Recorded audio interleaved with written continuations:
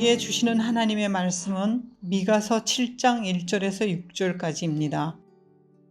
재앙이로다 나여 나는 여름 과일을 딴 후와 포도를 거둔 후 같아서 먹을 포도송이가 없으며 내 마음에 사모하는 처음 익은 무화과가 없도다. 경건한 자가 세상에서 끊어졌고 정직한 자가 사람들 가운데 없도다. 우리가 다 피를 흘리려고 매복하며 각기 그물로 형제를 잡으려 하고 두 손으로 악을 부지런히 행하는도다. 그 지도자와 재판관은 뇌물을 구하며 권세자는 자기 마음의 욕심을 말하며 그들이 서로 결합하니 그들이 가장 선한 자라도 가시 같고 가장 정직한 자라도 찔레 울타리보다 더하도다. 그들의 파수꾼들의 날 곧 그들 가운데 형벌의 날이 임하였으니 이제는 그들이 요란하리로다. 너희는 이웃을 믿지 말며 친구를 의지하지 말며 내 품에 누운 여인에게라도 내 입의 문을 지킬지어다. 아들이 아버지를 멸시하며 딸이 어머니를 대적하며 며느리가 시어머니를 대적하리니 사람의 원수가 곧 자기 집안 사람이리로다. 아멘. 7장은 이렇게 시작합니다. 재앙이로다 나여. 재앙의 대상이 선지자 자신입니다. 이상하지요. 하나님이 고소한 것은 미가가 아닙니다. 이스라엘 백성입니다. 하나님의 고소에도 아무 반응하지 않고 결국 징계를 선고받은 것도 이스라엘 백성입니다. 그런데 선지자가 탄식합니다. 재앙이로다 나여 하고 자신이 처한 재앙의 현실을 탄식합니다. 깊은 좌절감과 절망감을 느낍니다. 왜입니까? 어느 날 문득 선지자는 발견합니다. 여름 과일을 수확할 때이고 포도를 거둘 때입니다. 수확의 때에 정작 먹을 포도송이 하나 찾아볼 수 없습니다. 그렇게 좋아하는 무화과의 첫 열매도 발견하지 못합니다. 어릴 때 시골에서 감나무를 보면 다 따지 않고 항상 남겨진 감이 몇 개씩 달려있는 것을 보았습니다. 까치밥인데요. 이스라엘도 수확할 때 포도원의 열매는 다 따지 않았습니다. 떨어진 포도송이는 거두지 않고 남겨두었습니다. 레위기 19장 10절입니다. 내 포도원의 열매를 다 따지 말며 내 포도원에 떨어진 열매도 줍지 말고 가난한 사람과 거류민을 위하여 버려두라. 나는 너희의 하나님 여호와이니라. 하나님이 가난한 사람과 나그네인 외국인들이 배고프면 언제든지 먹을 수 있도록 포도를 거둘 때 다 거두지 말라고 하셨습니다. 거룩한 하나님의 백성들은 욕심껏 다 거두지 않았습니다. 이것이 율법이고 이것이 이스라엘의 국룰이었습니다. 지금은 여름 과일을 수확할 때입니다. 포도를 거둘 때입니다. 시기적으로 포도송이가 남아 있어야 합니다. 하지만 선지자가 여름 과일을 얻기 위해 포도원에 들어갔는데 아무런 열매를 발견하지 못합니다. 수확할 때 모든 열매를 다 따버렸기 때문입니다. 땅에 떨어진 것조차 모두 거두어 가 버렸기 때문입니다. 그들이 욕심 때문에 하나님의 율법을 지키지 않았습니다. 지금까지 선지자는 세상 권력과 백성들을 향해 심판을 외쳤는데 정작 열매 하나 없는 앙상한 나무가지만 쳐다보고 있는 것은 선지자 자신입니다. 텅 빈 포도원 한가운데 놓인 것은 선지자였습니다. 선지자가 발견하지 못한 열매는 무엇일까요? 이사야 5장 7절입니다. 물은 만군의 여호와의 포도원은 이스라엘 족속이요 그가 기뻐하시는 나무는 유다 사람이라. 그들에게서 정의를 바라셨더니 도리어 포악이요 그들에게 공의를 바라셨더니 도리어 부르짖음이었도다. 예루살렘에는 정의와 공의의 열매가 하나도 없었습니다. 그 이유를 2절은 이렇게 말합니다. 경건한 자가 세상에서 끊어졌고 정직한 자가 사람들 가운데 없도다. 예루살렘에 신실한 사람이 한 사람도 남지 않았습니다. 정직한 사람을 찾아볼래야 찾아볼 수 없었습니다. 신실한 자, 정직한 자가 한 사람도 없는데 누가 정의와 공의의 열매를 맺겠습니까? 탐욕스러운 지도자들과 돈에 매수된 재판관이 맺을 리 없습니다. 뇌물은 하나님이 철저히 금하신 것인데요. 신명기 16장 19절입니다. 뇌물을 받지 말라. 뇌물은 지혜자의 눈을 어둡게 하고 의인의 말을 굽게 하느니라. 뇌물을 받지 말아야 할 지도자와 재판관이 뇌물을 요구합니다. 탐욕스러운 지도자들과 돈에 매수된 재판관들이 예루살렘에 넘쳐납니다. 그들이 있는 유다 사회에서는 정의와 공의를 기대할 수 없습니다.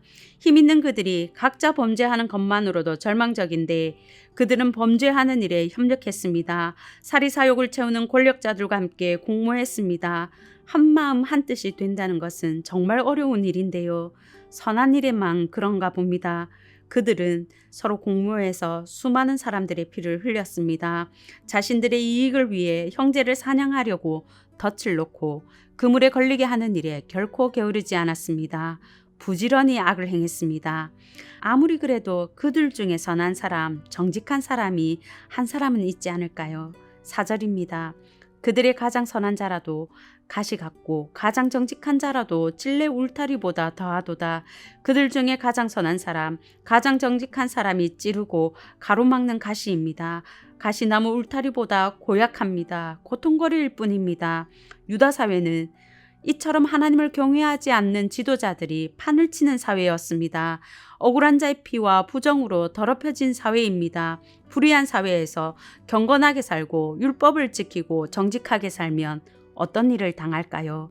이사야 59장 15절입니다. 성실이 없어짐으로 악을 떠나는 자가 탈취를 당하는도다. 악에서 떠난 자가 오히려 약탈당합니다. 경건한 자, 정직한 자가 막심한 피해를 보게 됩니다. 그래서일까요? 약탈당하기 싫어서 아무도 경건하게 살지 않았습니다. 손해보기 싫어서 정직하게 사는 사람이 한 사람도 없었습니다. 의인이 없다는 것은 그 자체가 재앙이지요. 소돔과 고모라를 생각해 보십시오. 아브라함의 끊임없는 간청으로 의인 10명만 있어도 멸하지 않겠다고 하나님이 약속하셨는데 의인 10명이 없어서 소돔과 고모라는 멸망했습니다. 예루살렘은 더 비참합니다. 예레미야 5장 1절 세번역입니다. 너희는 예루살렘 거리로 빨리 다니며 그 넓은 거리에서 찾아보고 알라. 너희가 만일 정의를 행하며 진리를 구하는 자를 한 사람이라도 찾으면 내가 이 성읍을 용서하리라. 의인 한 명만 있어도 하나님이 용서하겠다고 하시는데 아무리 예루살렘을 샅샅이 뒤져도 의인 한 명을 찾을 수가 없었습니다. 율법을 따라 사는 경건한 자, 정직한 자가 예루살렘에서 모두 사라져 버렸습니다. 의인이 한 명도 없는 사회, 정의와 공의가 사라진 사회를 위해 준비된 것은 파수꾼의 날입니다. 그들에게 형벌의 날이 다가오고 있습니다. 하나님이 침략과 재앙으로 심판하실 때 이스라엘 전체가 혼란에 빠질 것입니다. 심판의 날에 세상은 얼마나 비정해지는지 선지자는 아무도 믿지 말라고 경고합니다. 욕심이 전부인 사회, 신뢰와 믿음이 무너진 사회에서 가정이 온전할 리 없습니다. 사회의 가장 기본 단위인 가정마저 파괴됩니다. 가정의 질서가 무너지고 가족이 경쟁 상대가 되고 원수가 됩니다. 어떤 희망도 없는 절망적인 사회입니다. 너무나도 절망적인 현실 앞에 깊은 좌절감을 느낀 것은 선지자였습니다. 지도자들과 백성들이 불러온 심판재앙이라고 남의 일로 생각했다면 재앙이로다 너여라고 했을 것입니다. 하지만 미가 선지자는 외칩니다. 재앙이로다 나여. 내 일로 여기며 탄식했습니다. 성도 여러분, 탄식하는 사람이 있다는 것은 정말 중요합니다. 시편 55편 17절입니다. 저녁과 아침과 정오에 내가 근심하여 탄식하리니 여호와께서 내 소리를 들으시리로다. 하나님은 탄식의 소리를 들으시기 때문입니다. 성도는 탄식해야 합니다. 의인 한 명이 없는 재앙과 절망 앞에서 성도가 탄식하지 않으면 누가 탄식하겠습니까? 이 땅에서 수고하고 무거운 짐진 것이 없는 사람은 수고하고 무거운 짐진 자들아 다 내게로 오라는 주님의 초대가 얼마나 큰 복음인지 알지 못합니다. 나인성 과부가 아들의 죽음으로 슬피 울고 있을 때 울지 말라는 주님의 말씀은 능력이요 위로요 복음이었습니다.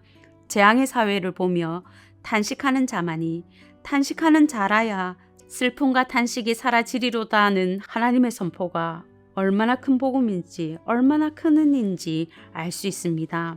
성도 여러분, 오늘날은 미가 때보다 결코 좋은 상황이 아닙니다. 무고한 피를 흘리려고 매복한 사람처럼 길 가는 노약자와 아시아인들을 묻지마 폭행하는 일이 심심찮게 일어납니다.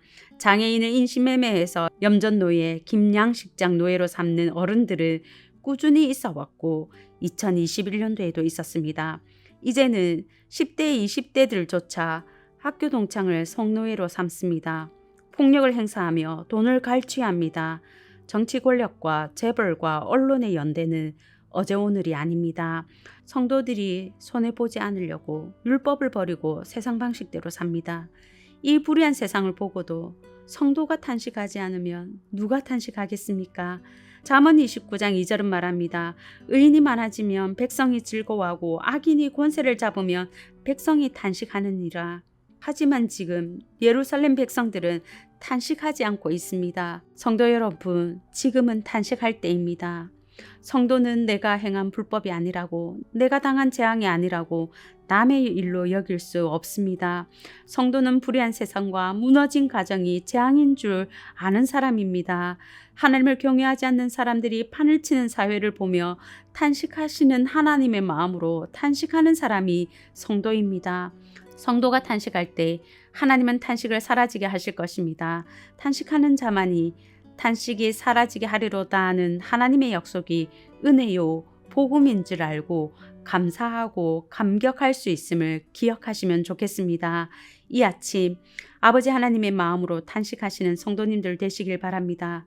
탄식이 사라지게 하실 하나님 앞에서 우리 사회의 불의와 폭력, 한국교회의 죄와 성도들의 타락, 무너진 가정과 원수가 된 가족관계를 나의 재앙으로 여기며 탄식하며 기도하시는 오늘 아침 되시길 바랍니다.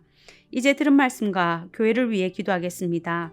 첫 번째, 가정과 교회와 한국과 세계에 임한 재앙을 내 재앙인 줄 알고 탄식하며 기도하게 하소서.